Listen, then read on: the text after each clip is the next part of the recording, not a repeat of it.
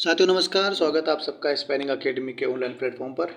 मैं बोजराज चावड़ा आप सबका हार्दिक स्वागत करता हूं। पटवार भर्ती की राह देख रहे सभी कैंडिडेट के लिए बहुत बहुत शुभकामनाएं कि नई भर्ती की जो प्रशासनिक और वित्तीय स्वीकृति है वो राजस्व मंडल से मिल गई है। तो बहुत जल्द ही पटवार की जो है वो नई भर्ती आने वाली है। पटवार भर्ती की जो तैयारी कर रहे थे वैकेंसी कैंडिडेट काफ़ी दिनों से और इंतजार कर रहे थे कि पटवार की नई भर्ती कब तक आएगी, तो उन सब के लिए बहुत खुशखबरी है कि राजस्व मंडल ने जो है उसकी वित्तीय स्वीकृति जारी कर दी है। साथ ही उसके बाद में एक प्रश्न सबके सामने आता है कि क्या ये भर्ती सीईटी के थ्रू होगी या सीईटी से बाहर होगी, तो हम उसके बारे में बात करेंगे। पहले हम जो नोटिफिकेशन जारी हो उसको देख लेते हैं। देखिए, नोटिफिकेशन जो है वो 23 तारीख को जारी हुआ था और इसमें क्लियरली बताया गया था कि पटवार की जो है वो नई वैकेंसी के लिए वित्तीय स्वीकृति जारी कर दी गई है। और यदि हम बात करें तो 1963 पदों पर यह भर्ती आने वाली है। नई वैकेंसी जो है 1963 पदों के ऊपर आने वाली है, जिसके अंदर टीएसपी और नॉन टीएसपी दोनों कैटेगरी होंगे। और देखिए, यहाँ पर बात की जाए तो प्रत्येक कैटेगरी के लिए रिजर्वेशन रखी गई है।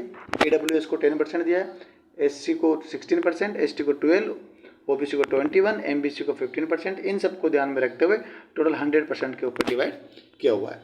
दूसरी तरफ प्रत्येक जिले की जिलेवार सूची भी जो है वो राजस्व मंडल ने जारी कर दी है।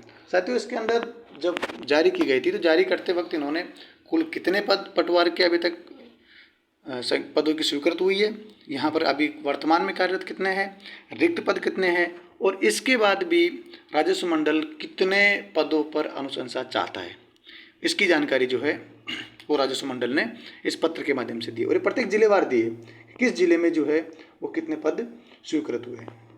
तो प्रत्येक जिले की सूची यहाँ पर दी हुई है। यदि आपको ये सूची चाहिए तो आप हमारे टेलीग्राम के माध्यम टेलीग्राम से जुड़ जाइए, वहाँ पर हम इसकी पीडीएफ प्रोवाइड करवा देंगे। देखिए, प्रत्येक जिले की जो सूची यहाँ पर जारी की गई है। अजमेर, अलवर, अनूपगढ़, बलोत्रा, बारां, बाड़मेर सभी जिलों की जो सूची यहाँ पर दी हुई है। इस प्रकार से यदि हम बात करें नॉन टीएसपी क्षेत्र की, तो नॉन टीएसपी में टोटल 1680 पदों पर ये वैकेंसी आने वाली है। टोटल 1680 पदों पर वैकेंसी आएगी। वहीं बात की जाए टीएसपी की, तो टीएसपी के अंदर ये वैकेंसी 283 पदों पर आने वाली है। कुल मिलाकर टीएसपी और नॉन टीएसपी पर यह वैकेंसी जो है वो 1963 पदों पर जारी होने वाली है। साथियों, इस पत्र के बाद ही ये जो कयास लगाए जा रहे हैं कि ये वैकेंसी जो है वो सीईटी के माध्यम से होगी या सीईटी के बाद होगी, इसके ऊपर एक बार बात कर लेते हैं। तो देखिए, पिछली वैकेंसी की अगर हम बात करें तो पिछली वैकेंसी में एक बहुत बड़ी समस्या जो सामने देखने को मिली थी, वो समस्या थी नंबर ऑफ कैंडिडेट के ज़्यादा होने की वजह से पेपर का जो है वो अलग अलग पारियों में होना। पेपर अलग पारियों में होने के बाद उसके नॉर्मलाइजेशन की जो समस्या आई थी वो एक बहुत बड़ी समस्या थी। उसको अगर हम देखें तो एक बहुत बड़ी समस्या थी।